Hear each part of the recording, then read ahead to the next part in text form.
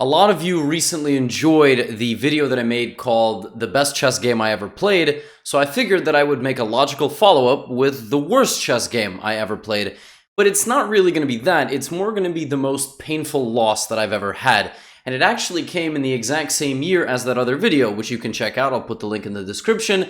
This was in 2016. It was in the Millionaire Chess Open.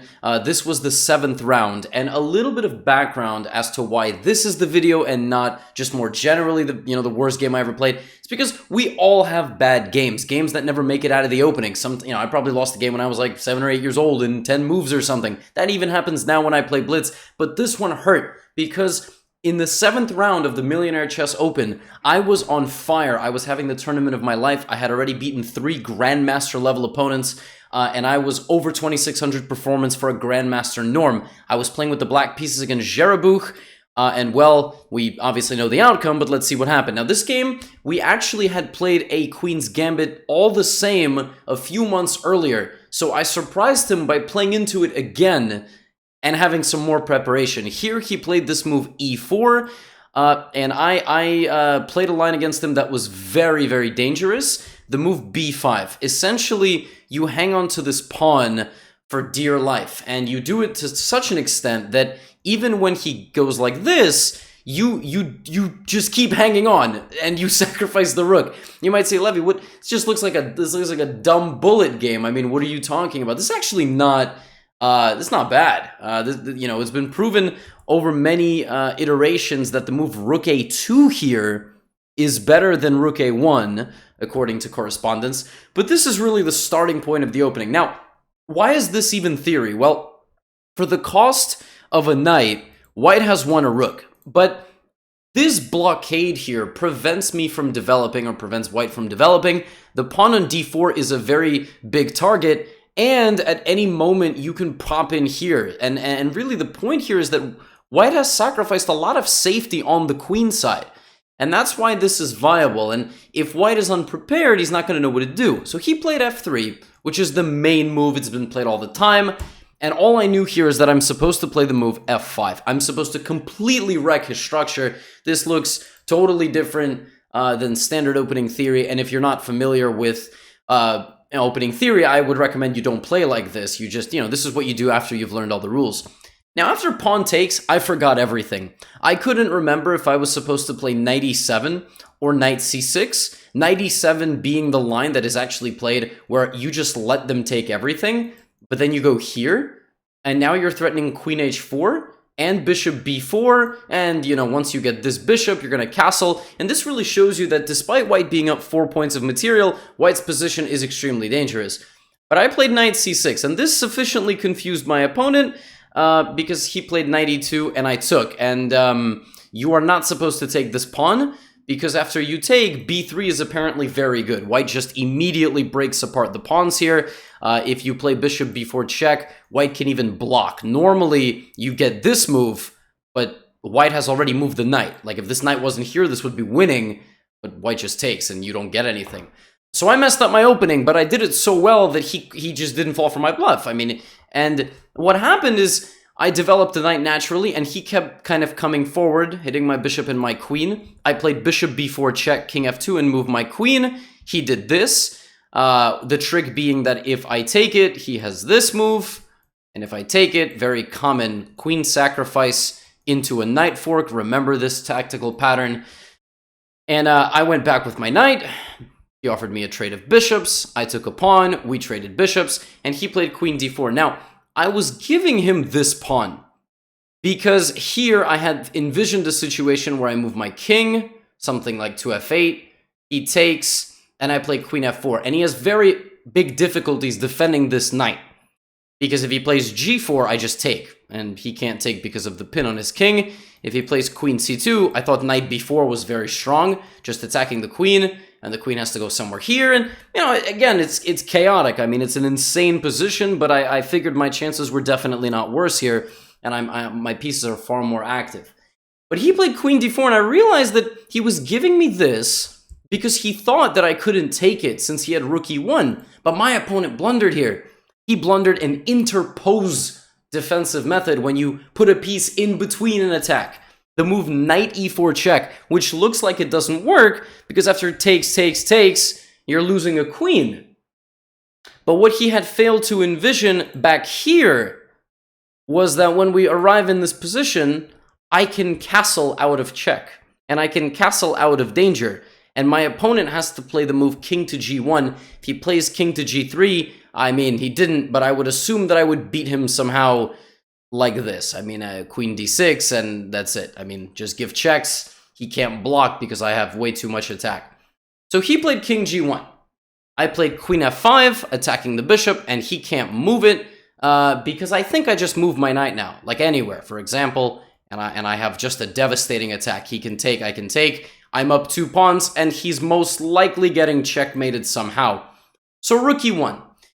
And this is really, this position is why this game is so painful. Because had I won this game, the performance rating would have been 2690 over 7 rounds. Which means that most likely, I could have lost 2 games. I would have maybe needed 1 draw, and I would have had my first Grandmaster norm ever. In this tournament, I did secure my second IM norm, but it would have been crazy if I had gotten a GM norm because it would have given me all the confidence in the world, and who knows where we'd be now. That's why this is the most painful. And it begins right in this position. I spent about 25 minutes deciding where to move my knight, okay? Whether to go knight b4 or knight f4, and I thought, and I thought, and I thought, and I played knight this way, and I thought that I had made a mistake. Because, of course, going toward the king feels more natural. It just does. I mean, it must be better. You're looking at sacrifices. I calculated a variation here. h3, bishop takes g2 incorrectly. I did not see, or let's say h4, just so, you know, the rook can potentially get out. This is the only way white is going to get out in this position. So if takes, and something like queen g4, this just doesn't work because of this. Okay? This just doesn't work. And I had seen something like that. But I realized that I can just play queen g4 here, and I have 2 threats. Taking on g2, but also, like, let's say this, knight h3. And the queen is hit. The knight hits this is pinning, but the queen is hit. That's the threat. And so I said, well, what if he goes h3? I don't see a win, because if this, then this, and then if I take, he just pins me. And I just can't move. I don't have a win, and I'm panicking, and I'm thinking, what do I do? And I'll show you what I missed. This is why it's so painful. This is just the beginning. So I had missed here that I can just take. And if take here and rook h2, you can try to figure out the win here for black. I didn't see it during the game. I just thought that my attack gets stopped. You can pause. I missed knight e2 check. And if he takes me, queen c1, and it's just mate. The king is cut off. And there's no way you can block. I mean, it's beautiful. It's ridiculous. I mean, it would have been a stunning way to win the game, but I didn't see it. And so that's one of the reasons I didn't bring my knight this way. And I brought my knight this way because I thought that this threat would be powerful enough to stop him from developing the set. He played the move queen b6 here with 2 threats, hitting my bishop, and at any moment threatening a trade of queens. That is a threat because my queen is super important. And here I missed the move. This move haunts me to this day, and it's such a solid move, and it's just an instructive moment where a quiet move can lead to devastation, that move being bishop d5. Stopping this and winning basically on the spot, because after h4, knight c2, rook d1, I play the gorgeous idea. I didn't see anything like this during the game. The only move that wins here for black, again, you can pause. I'll give you a few seconds. Pause before I tell you the answer. Queen e4. And, excuse me. That's not a threat, but that is. And if rook h3, an amazing way to end the game. So white would have had to play rook h2, and then I would have slowly won because I've put my pieces on their strongest possible squares. I've trapped the bishop, trapped the rook, and I set up a little getaway square for my king forever. And this is just winning for black. And I didn't see that. Instead, I played king h8, sidestepping this, and I kept looking. I kept getting closer and closer, and then finally, I just went crazy, and I sacked my bishop, And at this point, I had like 5 minutes on the clock. I just didn't find anything. I got desperate, sacrificed my bishop, but he just gave me back the material and had an extra piece. And maybe here I could have, tried to be solid, but in trying to reach the time control, I had about 5 moves to make here. It's like move 35 on move 40, you get the bonus time. I just totally lost my cool. I mean, notice how my opponent walks his rook, coordinates with the queen. I have no check, and now he's just going to come down here and just do damage. And I offered him a trade of queens, thinking that after takes, I would be able to hold this endgame.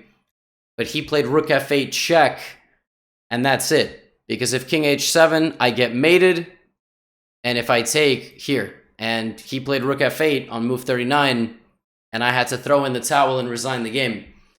And that was a tough one. That was a tough one, I can't lie. I mean, I ended up still getting a norm in this one, but it was definitely to this day is probably the most pivotal loss that I've felt. And I think in the heat of the moment, it was okay because I was having such a good tournament. I never would have thought it was possible for me to get a GM norm, so I was happy to get an IM norm anyway. But such a brutal comeback from moves 20 to 30, as my opponent found this really nice idea just to get his piece out, like rook h3 to consolidate. It's a lesson in and of itself, like, don't give up if you have the position here with white. Look for the most logical continuation. With black, don't play your emotions. Play the position.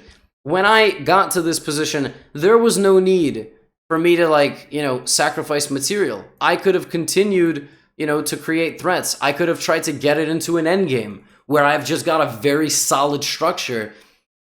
But I let my emotions get the best of me, and we're all human. We're all chess players, and I figured I would share this with all of you. Probably in terms of tournament losses, this is the one that hurt the most in recent memory. And 4 hours after you play a great game, you still don't get the result that you want. It sucks and it hurts, and that's why all of you who are asking me, we believe in you and we hope you can become a grandmaster. I hope so too, but. It's definitely easier said hypothetically than done. But games like this, once again, do inspire some confidence that I can hang with the very best of them all, and I can give them good fights, and I do create some serious winning chances from myself. Let me know in the comments below what other things that you want to see. I mean, I've played a lot of chess, so I've showed you my worst, most painful defeat. I've showed you probably the best game I ever played. Let me know some other ideas that you'd like to see if you want me to continue the series of some games in my old scorebook and so on. Maybe my first win ever over a grandmaster or something like that. Let me know. And as usual, 2 videos will appear on that side. You can check out my best game video if you haven't already. And I'll see you next time.